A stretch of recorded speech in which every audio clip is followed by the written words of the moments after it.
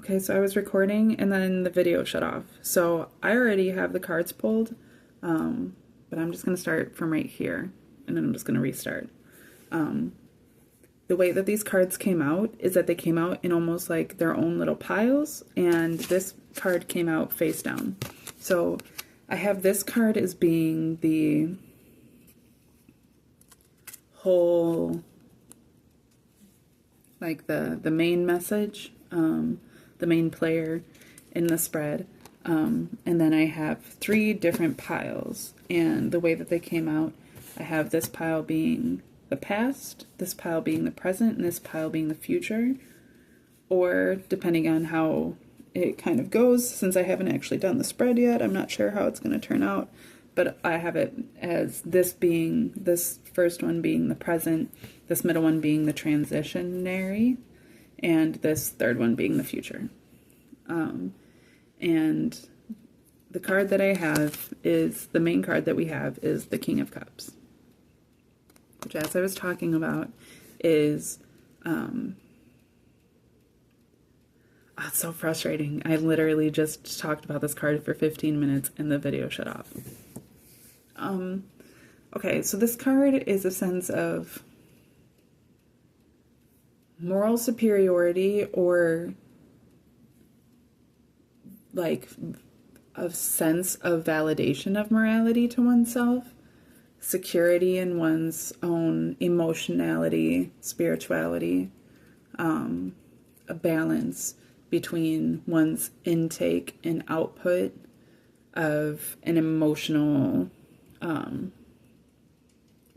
position. You know,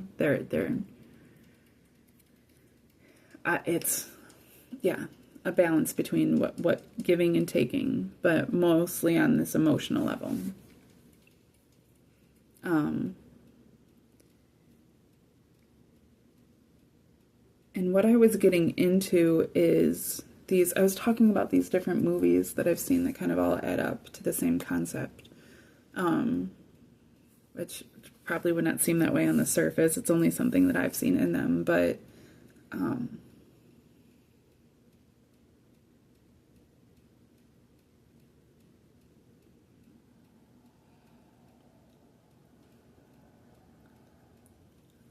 the concept that there's a quote that says something along the lines of, be sure when hunting monsters that you don't become one yourself, or something like that. After such a long period of time of dealing with, evil, however you want to call it, be sure that you don't yourself become that. And what does that mean? Because as far as like in the movies I was talking about, like people seem to only be able to undergo a certain amount of specific trauma and stress over a certain period of time before they're broken psychologically. And once broken, if the stress and trauma continues, they either completely submit to it or they overcome it. But when they completely submit to it, there's two differences, and when they overcome it, there's two differences. When they completely submit to it, they either submit to it just whatever I can do to make the suffering less for me, right? And those are like, the people that used to sell out to slave masters. They'd sell out their own people to slave masters just so that they could get a leg up, just to subdue their suffering, right? Or those that completely submit to it in whatever I can do to make the suffering completely stop. So like, there's like loving and caring for that person, and maybe even getting to the point of like working for them, or like Stockholm syndrome style, like trying to do whatever is possible in order to get the suffering to stop. And then there's overcoming it, which can look like becoming sadistic or becoming wholly masochistic. You can overcome it by like becoming the one that delivers suffering yourself, or you can overcome it by becoming a sort of savior, right? These are all deeply seated tropes within our psyches. And all of us are given to those types of things. I forget what it's called, but like the fear flight response. It's you fight, you run away, you stay perfectly still, you freeze, or you fawn for attention. You try to do what you can to appease the predator, you know. And those are the different archetypes for how we tend to deal with certain kinds of stress. The King of Cups already has these things in balance. The King of Cups already has this figured out. This is what comes ultimately after. But it's also what was always there before. And it's what abides during in order to maintain that set standard. Okay, so that's what we're dealing with. Now, what I have for the past, or potentially the present, depending on where you're at, is the Emperor in reverse, the King of Swords in the upright, the Queen of Wands in reverse, and the Hermit in the upright. Out of all those, obviously, the Hermit stands out. Well, maybe not obviously, but the Hermit stands out the most to me. So this is a period of rest. This is a period of inward reflection, introspection, letting of faith, letting one's own light guide the way, trusting oneself. But kind of like this waiting period. The Emperor in reverse is a sign that, like, I'm not fully confident where I'm at or where I'm going. I'm not fully confident in my capacities. I'm not fully confident in what I know. I'm not fully confident in where I've been. Not really fully confident in anything. But the King of Swords being in the upright is like, but I still trust. What I have is faith. What I have is what I know to be true, and that's what I'm following. The Queen of Wands in reverse is also a sign of, like, I'm not fully trusting, which is a struggle because it's right next to the Hermit in the upright. It's like I'm not fully even trusting in my own capacity to believe properly or to, like, manifest for myself what it is that I do believe. But I do believe, and I know that I have the truth, and I'm letting that be my guide. The transition is the Death card in the upright, the Hierophant in the upright, and the Sun in the upright, which I would say seems pretty much where I'm always at. That's my go-to for transitionary periods, when I'm uncertain of where I'm at, unclear about the future, have an idea of what it is that I want to do, and I know what it is I want to do, even if I can perfectly visualize it. I know the truth. I know where it is that I want to be, at least to the most degree. It's the King of Swords. It's just that the Emperor isn't reversed, so it's not full. The confidence isn't fully there, but the assurance is. Even when I'm in that, I have all of these doubts and all of these insecurities and all of these, like, past experiences that would lead me to self-doubt or potentially even self-sabotage. These are the things that tend to carry me through into what it is that I'm trying to transition through, whatever the next level is. Like I said, even if I don't know what the next level is, these are the things that still get me there, which is death, of embracing death, embracing the idea that nothing lasts forever, everything is always changing, nothing is truly ours to be owned, rather ours to be experienced. There's nothing truly to fear. And I definitely put fear on the back burner as much as possible. That's like a main goal.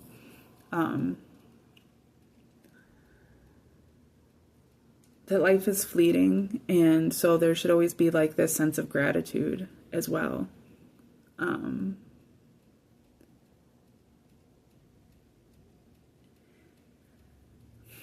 There's a bit, well, that moves into the Hierophant, because there's a bit of impatience that goes into those things, but the Hierophant is like this image of being able to be patient, of being able to be assured of faith, and of being able to be confident in one's own manifestations because you've done the work, you have the proper education, you have the proper skills, you are in the role that you're in because you have met these certain qualifications, and now you are fulfilling that role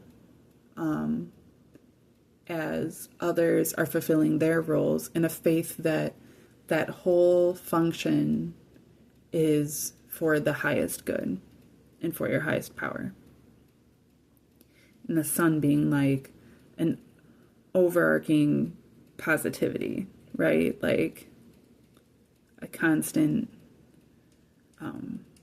gratitude, happiness with everything that you're given, you know, even if it's nothing, there is a sense of victory, and claiming that sense of victory and then moving forward with that, you know,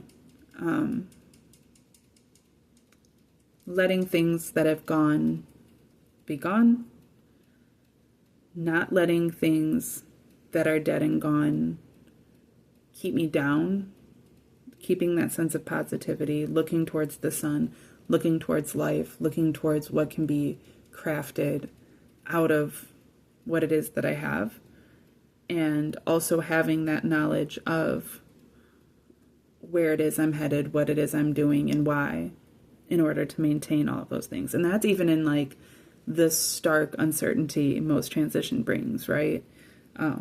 It's rare that you would be in this place of transition initially with all of the confidence in the world, with all of your skills perfectly aligned. I mean, it's great when that is the way, and when that is the case. And I do believe, like,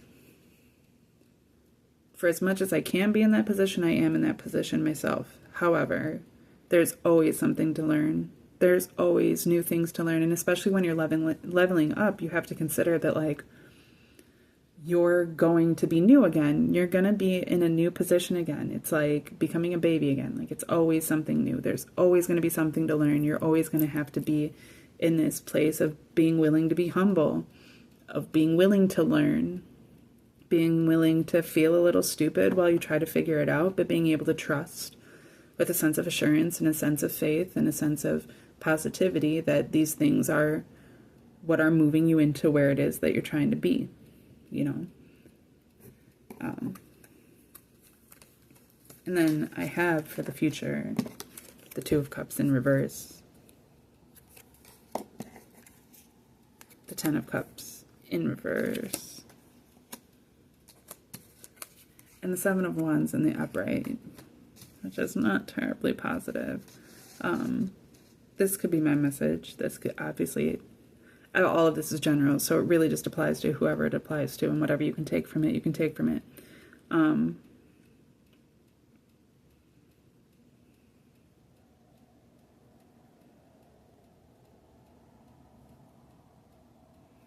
going to have to maybe do a little alchemy here. Okay. When you're moving into transition, you have to be, when you're moving through a transition into the future, and the future is uncertain, and we don't have much faith, we don't have much skill, we have a knowledge of the truth, and we let that carry us, but we have little confidence. And when that's what we move into the future, even despite that's what we're moving with into the future, despite having the right qualities for transition. I mean, these are the things I use for transition, which has always served me. But despite having those, there still isn't that assurance of a union with true happiness and true victory, true satisfaction, success, like comfort. What's the word I'm thinking of? Contentment. Because of this defensiveness,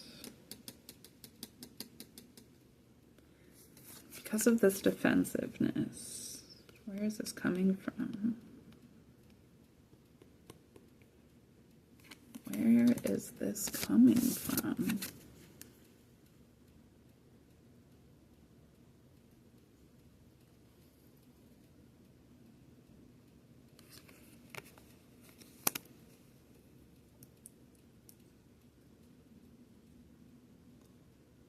So I guess going back into the concept of sadism and masochism,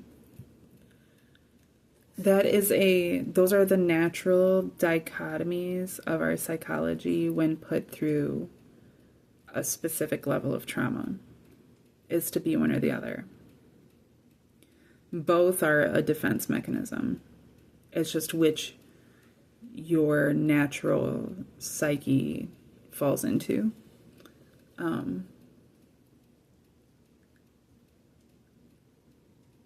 And really, those things can be, everybody has a natural capacity for either or. But I also personally believe that everybody has a natural capacity for both.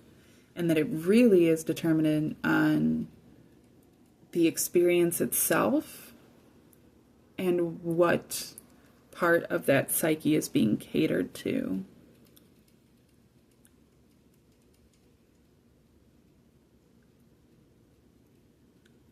But also in one's own perception of self through that process. You know, I used to be extremely self-sabotaging, extremely defensive in the sense of being like a constant victim, as opposed to somebody being on the defense as being like the constant bully. I was the constant victim, always feeling bullied, always being bullied, but always, being in that position of having to defend myself that way.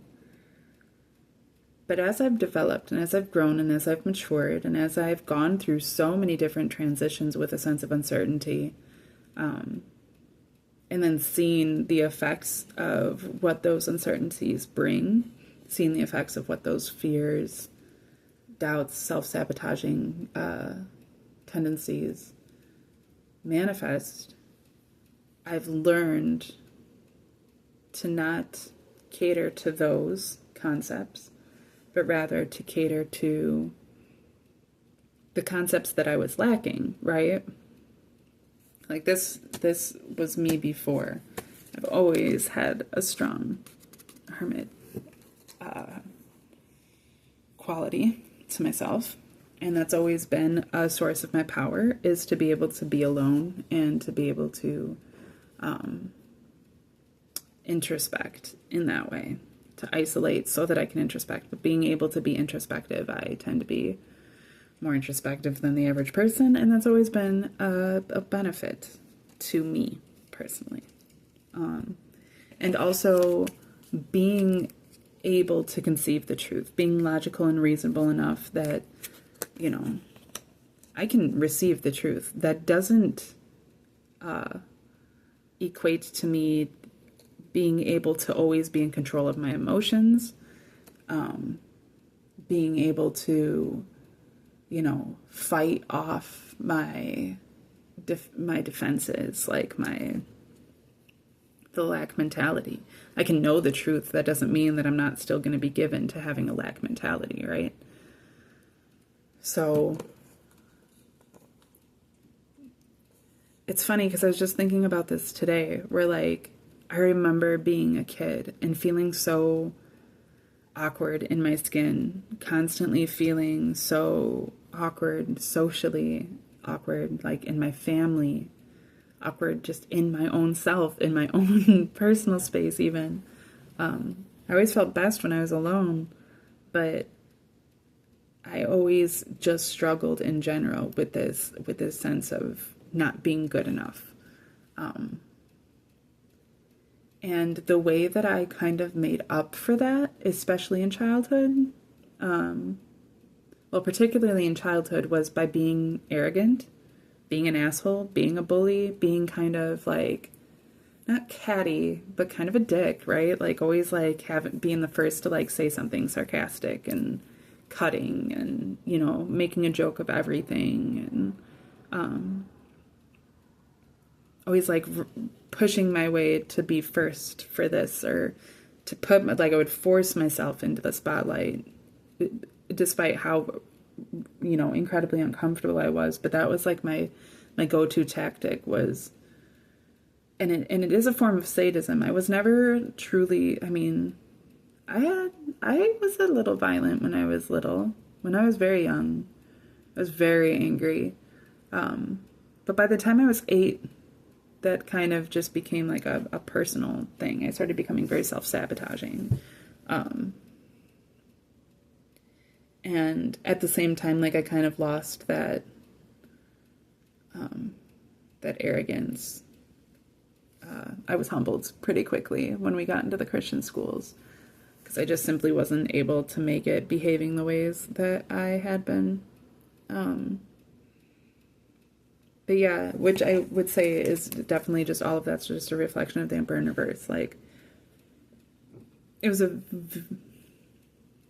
veiled insecurity. It wasn't really confidence. It was a projection of confidence. I could see people that I perceived to be truly confident, and I would project those things. But because I wasn't truly confident and was just projecting those things to try to protect myself, ended up just being an asshole, really, more or less. That's a big thing. And like, I lost that, you know, thankfully, for most of my childhood, growing up. I had it in different ways. But like, no, I mean, my parents kind of beat it out of me. So I really wasn't that way, and kind of forgot that that was my go-to way of handling fear, especially social anxiety. Until I became a comedian and started being on stage and doing comedy on stage. Now, I'd been a musician and I'd done plenty of things on stage that way. Me and my brothers used to make movies and stuff like that. Like, I didn't have a hard time just being a goofball out in public. Like, I didn't have a hard time speaking in front of people, singing in front of people, entertaining people, until it came to comedy. And for some reason, I think it's like largely in part because like there's an expectation that I'm supposed to be making people laugh, and everybody's focused on me, right? So like, if I'm in a group, it's fine, but the second that it's just me on stage, it's extremely awkward for me. And I found myself, when I first started doing it and first started getting on stage, I found myself making up for that insecurity by being arrogant and by just being an asshole. And like, it's funny for some people, and some people like it, and if you can work it, it works. But that's not who I am, and that's not who I like to be. Obviously it is who I am. It's an aspect of who I've always been, but it's not who I like to be. It's not how I like to represent myself. It's certainly not the presence I'm trying to bring on stage, right? So like, this is an interesting one, because that shows me that deeply seated propensity in me to overcompensate, which I would say the Emperor in reverse is a good symbol of too, is overcompensation. And the Queen of Wands in reverse is like a representation of the lack mentality, that like, I'm a talented artist, right? Like, no matter what I do, if it's something that's coming from my creative source, I have a natural talent for it. Doesn't mean I'm the best.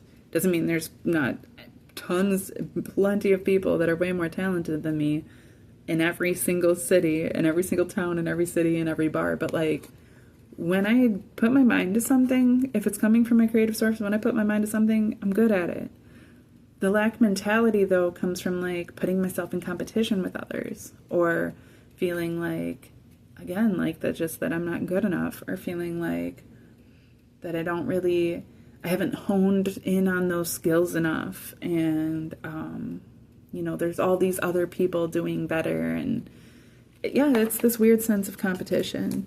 And so I would say that those have always been the things that have held me back. They were things that in childhood drove me forward, but in young childhood, right? Like 3, 4, 5, 6. By the time I was 6, 7, though, they started to become a hindrance socially. They were even a hindrance before then, to be honest. I had a hard time getting along with people. I really did. Every school that I went to, I had a hard time until we went to the Christian school. And I think, a lot of that has to do with the fact that once we got to the Christian school, the traumas that I had already endured were kind of not doubled down, but the brainwashing behind them was. So I didn't think about them the same way. I was no longer feeling victimized that way. It was like, it became like this weird internal suppression sort of deal. Yeah, they just went really, really deep, which I guess is what's weird about seeing them up like this right now. Because it's like, oh, it seems like it's so something from the past, but at the same time, it is something from the present. It is both. I still have the assurance of self that I've always had and the capacity to be alone because of that. And those two work together great. But the lack mentality and the lack of true, genuine confidence is what has always led to this defensiveness in the end, right?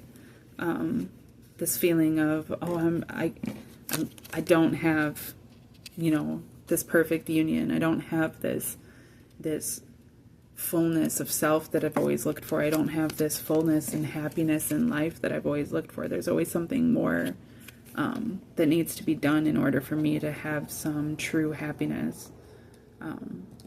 And in the forefront, it comes across like what I need to do to get those things is fight for it. It's like constantly be on the defense for it. When truly, if I were just in my upright Queen of Wands and if I were in my upright Emperor, I would already be able to trust what it is that I have to move me forward in order to bring the things that I'm looking for in life. And so I have to think about it, I got those qualities. I was so young, right? So like a lot of it was just my very, very base person and the way that they responded to trauma.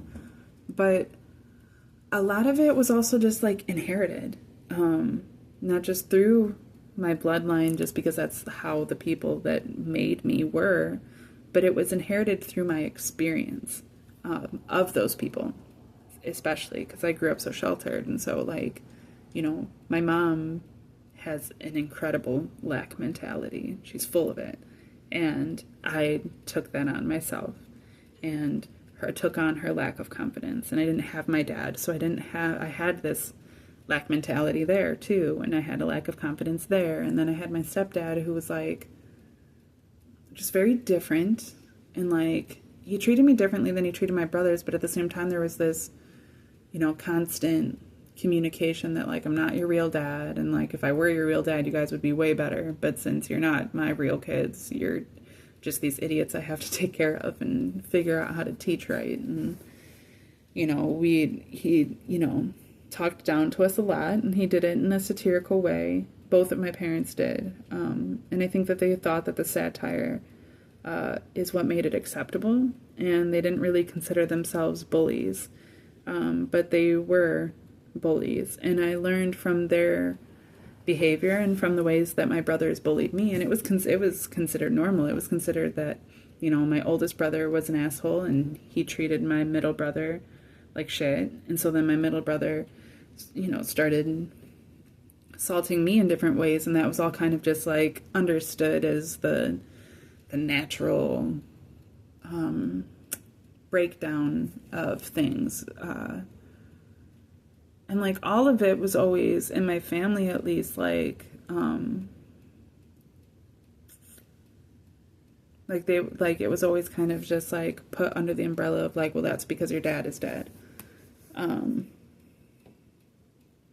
But I think there's just always so much more going on, you know? And so it's easy for me, like, even then to be like, okay, all right. And then once my world had changed and suddenly we were in churches and Christian school. I mean, we were always in churches when I was growing up. It just became like it became like the essence of our family when I was in like second grade. Prior to that, like, it just seemed normal. But like by the time we moved and I started going to Christian school, maybe it's just because I was in Christian school, so it was like all the time, it was all I could think of, but it just seemed like it just became the focal point. Like no longer were we individuals anymore. We had this, you know, cookie cutter outline we were supposed to fit into. And like, in order to do that, being isolated and having a strong sense of my own self was a fine protection method, but I could also play it into that role that I was supposed to be playing, where like my natural gifts and talents and skills were not.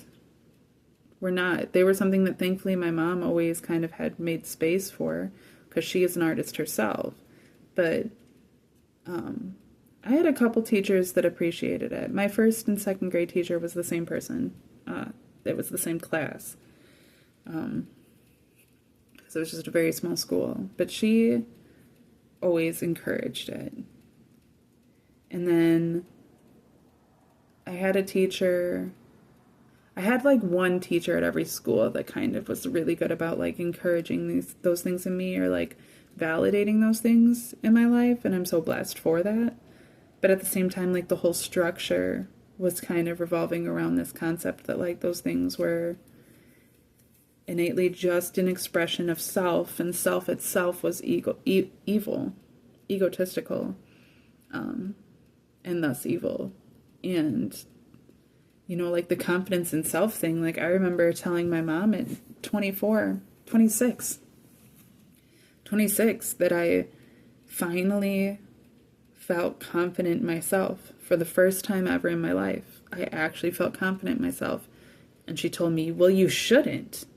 You shouldn't feel confident in yourself. You're supposed to feel confident in God.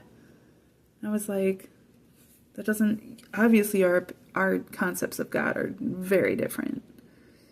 Like, and that's when I started to really understand how different our concepts of God were. Because to me, that it's one and the same. And how could you possibly have confidence in God if you don't have confidence in yourself, and vice versa? How are you going to be doing the things that God has for you if you have no confidence? Like, you can't just be hating on yourself constantly, thinking that that's going to bring love into the world, which is what we're supposed to be doing, right? Yeah, so it's strange because, like, I see this weird balance where, like, these same qualities that I recognized and have been able to maintain have also been weirdly suppressed. And these qualities that I knowingly was suppressing were also consistently active. And all of them are fully necessary, you know, in becoming self-actualized. And like really, like these two cards, like that's what this is about too, is about being self-actualized. Like, it isn't necessarily about having the perfect partnership and the perfect family, and you know, that isn't necessarily the promise that's given here. You know, that isn't exactly the union that they're talking about. Those are just images. It could be that. there is a part of me that feels that there's some, I struggle with that one. I struggle with that one because I've never had a strong sense of family. My family was everything, everything growing up. And when I became an adult and realized that they were what was always beating me down and holding me back and robbing me of this and that and, you know, spreading lies and rumors about me and all of these different things, like it really put a bitter taste in my mouth about family, to the point that I learned over the years how to just be comfortable with the concept of being alone and never having a family for myself. For a while it turned into, you know, that's kind of that sadism masochism thing. It turned for a while into, well then I'm going to make a family for myself and it's going to be the family that I always wanted. And that's what I'm going to do. But that turned into me recognizing that that wasn't what I was being called for. That wasn't necessarily what was best for me. That wasn't the thing that was, if I were to do that in any of these times in the past in the way that I wanted to, if I would have just settled into that concept with any of these partners that I had, or, you know, anything like that, like, I would have just continued the suffering under a different guise, under a different name. You know, and there's something deep inside of me that tells me that, like, I don't have to suffer. That I can put this in the reverse. I don't have to defend myself. I don't have to suffer. I don't have to prove myself. Right? I don't have to, like, be validated by these things. I already know. I literally am death. I am the death card. I'm Scorpio. I'm literally a death card. Like, I am transition. I don't need, the thing that stays the same about me is that, you know. And like, there's these different core aspects that still hold true. There's these different hopes and concepts and feelings of self. But those things still all change too. And like, I have done the work to learn what I've learned in order to be in the position that I'm in and to have the confidence and the skills that I have. And there's a reason there's people below me. There's a reason I'm in this high position. You know, I'm aware of that. And it's not just because my faith led me there. Like, it did. But it was already preset. And I do have a positive reassurance. I do have a positive hope. I'm always able to alchemize things to gold. I really am. You'd think that would be enough to keep the Emperor and the Queen of Wands in the upright.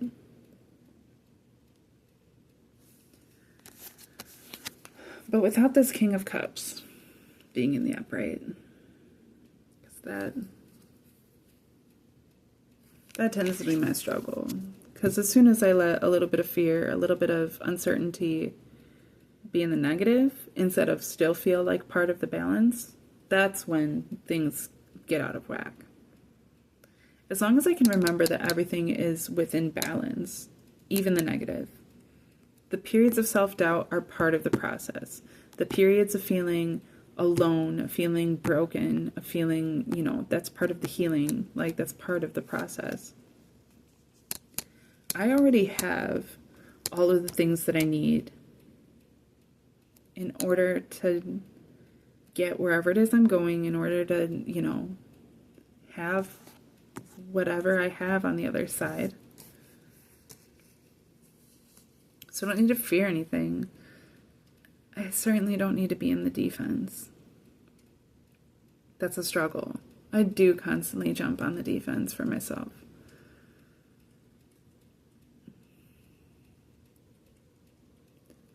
in part just because it never feels like I have proper support. But I've proven throughout my entire life, it's been proven to me that, like, I don't need active, like, familial support, or support from friends, or support from finances, or support from, like, any sort of material wealth in order to get where I'm going, or to have what I need, or to be completely satisfied, completely in balance.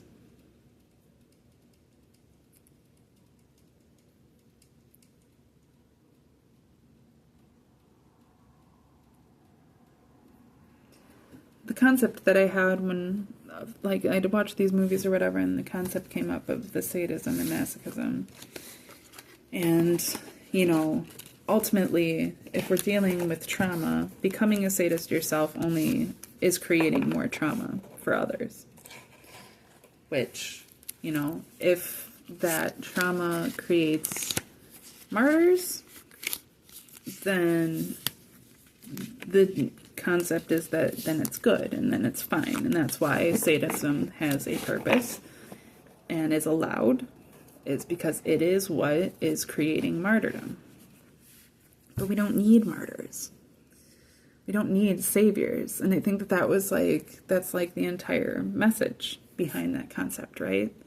Is that, like, if the best that we have in these systems is to create a need for a savior, is that really the best ultimate system? Wouldn't not needing a savior, wouldn't being able to save ourselves, if anything, be the best? At what point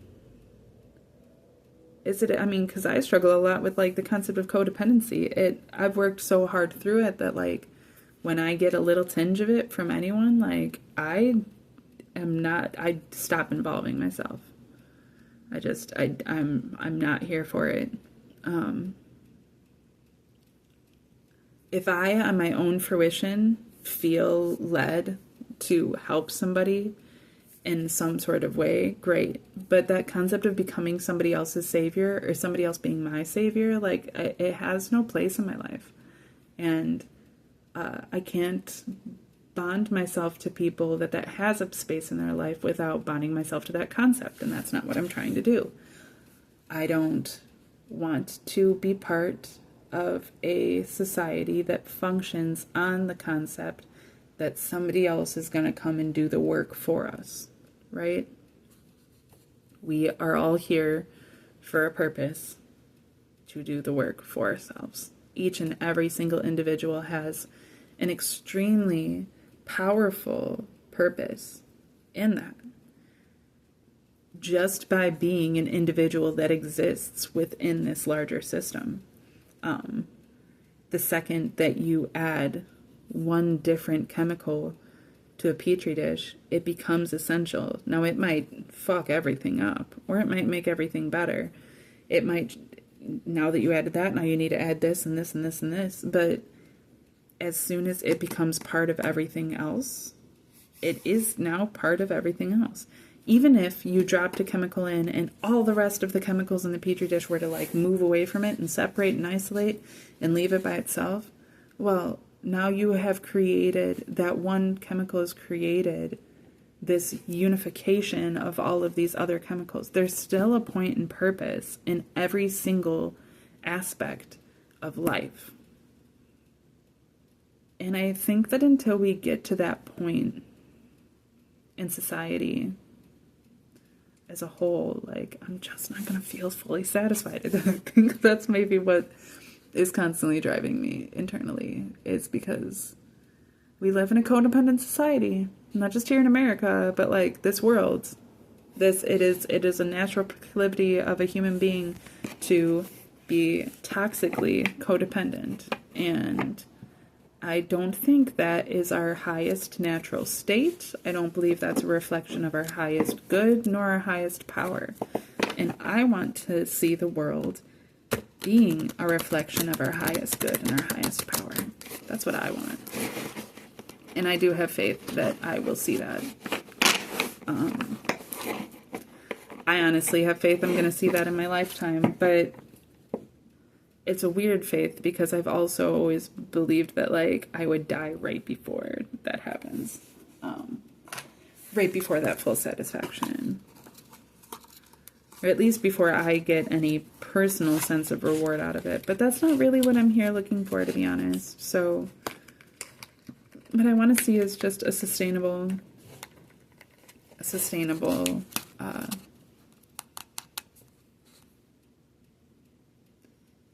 future.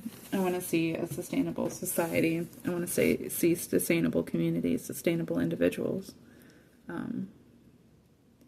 And as long as I can prove that to be possible within myself, I can prove it to be possible outside of myself as well. For the sense that my very existence, without me doing anything at all, is constantly affecting everything around it. So I think the biggest point of all of that would be balance.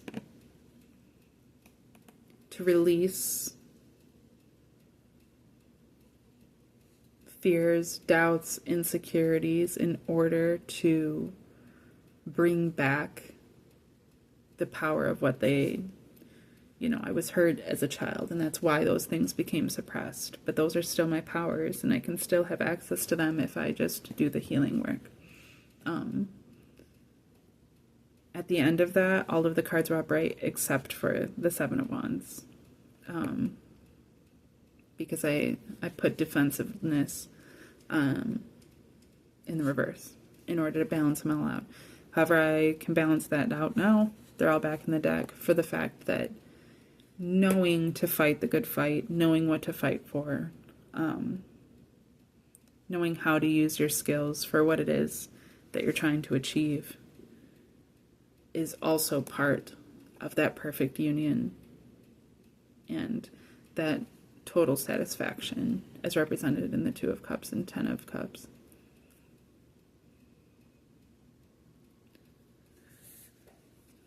But yeah, no matter how right your transitionary concepts are, without the proper confidence and without the proper skills, even with a process of self-actualization, you still aren't going to get very far. It is important to have everything in balance, for sure. And that's what I'm working on. That's what I'm learning. That's the whole reason I'm doing everything I'm doing. And hopefully it'll be better for everybody in the end that way, If I can prove that something like this is possible to be able to achieve and to then give to others and to build something better off of, then anybody can do it. I'm going to keep saying that because if I can do something, anybody can do it. And I wholeheartedly believe that. So, interesting read. Weird. But hopefully you enjoyed it. And hopefully it was cohesive too, since the first video cut off. So I don't even know if I was mentioning stuff I had mentioned in the first video and not mentioning in this one. I'm trying to get better about this because this is all still very new, and I'm trying to get right into a reading instead of just talking everybody's ear off to begin with. So we'll get there. We're getting there. But all right, have a good night, morning, day, whatever it is for you, and I will see you soon.